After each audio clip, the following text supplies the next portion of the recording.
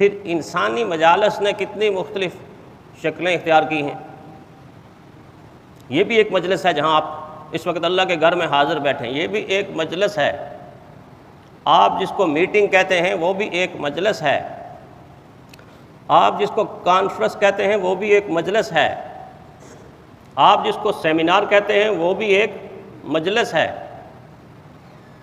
آپ جہاں پر اپنی پارلیمنٹ کے بیٹھے ہوئے لوگوں کو دیکھتے ہیں وہ بھی ایک مجلس ہے. آپ خوشی کے موقع پر جب اکٹھے ہوتے ہیں دعوت ولیمہ، وہ بھی ایک مجلس ہے. اب کتنی شکلیں مجلس کی بن گئی، مجالس. اللہ تعالیٰ کو پتہ تھا کہ مجالس کی مختلف شکلیں بن جائیں گی، صورتیں بن جائیں گی، اس لیے کچھ اصول دیے، کچھ آداب سکھائے تاکہ لوگوں کو تنگی نہ ہو، لوگوں کو فائدہ ہو. اچھی مجالس کا فائدہ میں نے بتا دیا. اب یہ مجالس ہیں جنت میں جانے کا ذریعہ. کچھ مجالس ایسی ہیں جو دیکھنے میں مجالس ہیں لیکن حقیقت میں دوزخ کا ایندھن ہے. چند لوگ جمع ہیں، بیٹھے ہیں، مجلس لگی ہوئی ہے، لیکن اس مجلس کے اندر کبھی ایک دوسرے کی غیبت کر رہا ہے، دوسرا دوسرے کی غیبت کر رہا ہے. ایک دوسرے پر الزام لگا رہا ہے، دوسرا دوسرے پر الزام لگا رہا ہے. ایک دوسرے پر بہتان لگا رہا ہے، دوسرا دوسرے پر بہتان لگا رہا ہے. یا ایسی فضول لغویات قسم کی باتیں ہو رہی ہیں جس کا نہ دنیا کا فائدہ نہ دین کا فائدہ.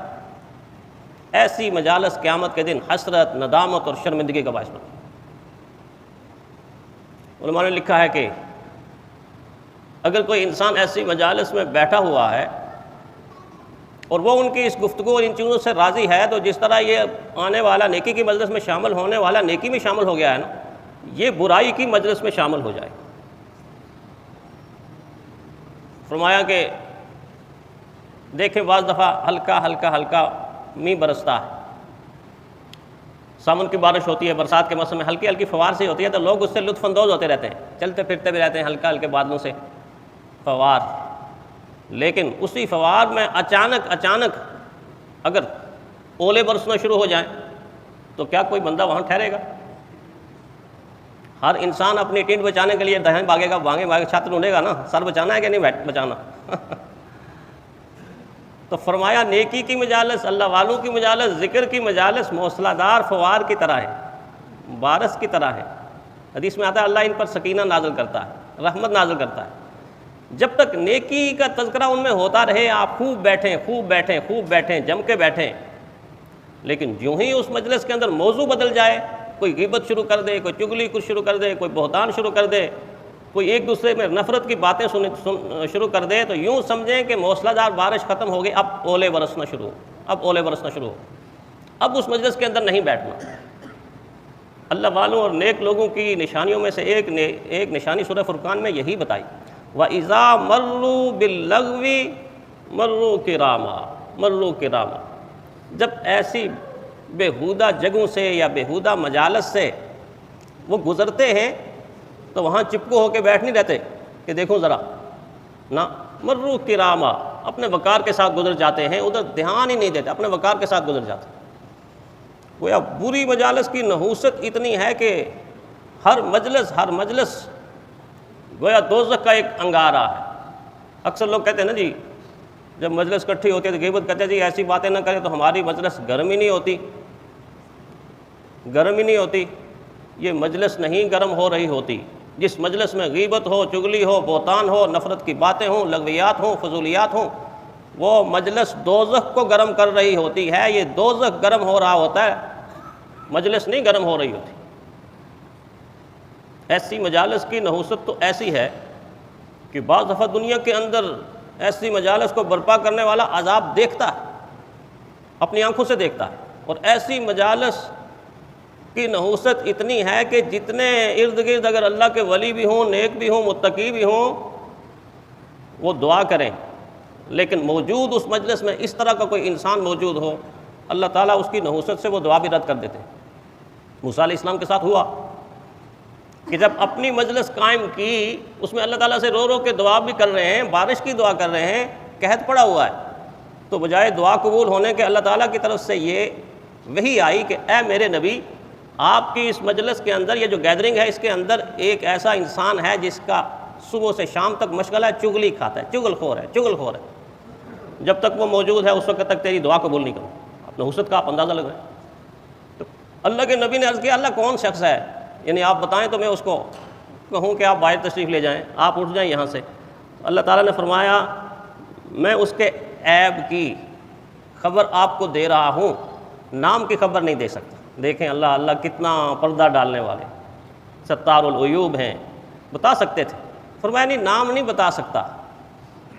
آپ ایسا کریں کہ ان سے پہلے توبہ کروائیں، وہ بھی توبہ کر لے گا، پھر آپ کی دعا قبول ہو جائے. نام نہیں بتایا، شرمندہ ہوگا. تو ایک چغل خور کی وجہ سے نبی کی مجلس میں ہونے والی دعا قبول نہیں ہوتی. تو آج کی مجالس کا پھر آپ خود ہی اندازہ کر لیں کہ کس طرح ہماری دعائیں قبول ہوں، کس طرح ہماری دعائیں قبول. اچھی مجلس میں بری نیت لے کر بیٹھنے والا ہمیشہ کے لیے محروم. یہی موسیٰ علیہ السلام ہے. علم کی مجلس قائم ہو رہی ہے، بار بار قائم ہو رہے ہیں، علم سکھا رہے ہیں. ایک طالب علم ساتھ بیٹھا ہوا ہے اور سب سے زیادہ سیکھنے میں آگے، مہارت حاصل کرنے میں آگے ہے، اور اس سے پیار بھی بہت زیادہ ہے کیونکہ سیکھتا اچھا ہے.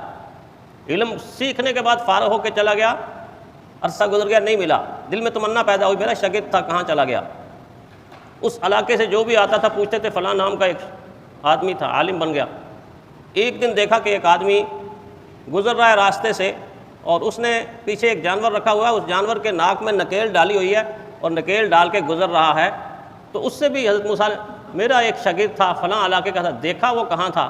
تو آدمی کھڑا کا کھڑا رہ گیا اور اس نے اشارہ کیا یہ جو میرے پیچھے ہے یہ آپ کا شاگرد ہے، یہ آپ کا شاگرد ہے.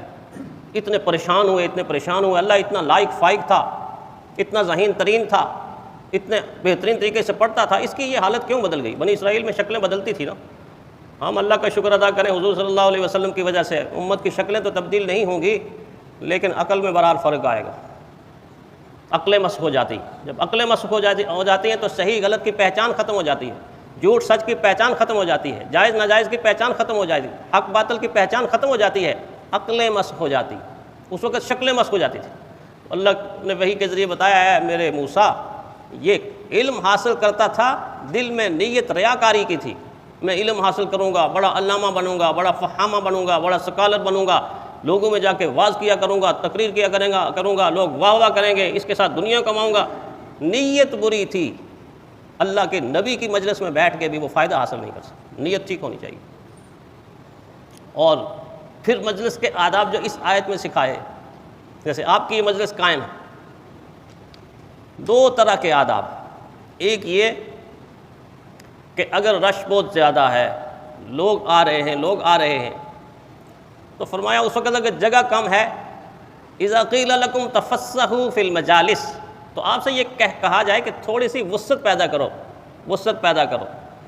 اور دلوں کی وسعت بھی ہونی چاہیے. دلوں میں وسعت نہ ہو تو پھر انسان وسعت پیدا نہیں کر سکتا. یعنی وسعت پیدا کر کے آنے والوں کو جگہ دے دو. تفسحوا فی المجالس، وسعت پیدا کرو. ایک ادب یہ سکھایا. یہ بیٹھنے والوں کو سکھایا. آنے والوں کو کیا سکھایا؟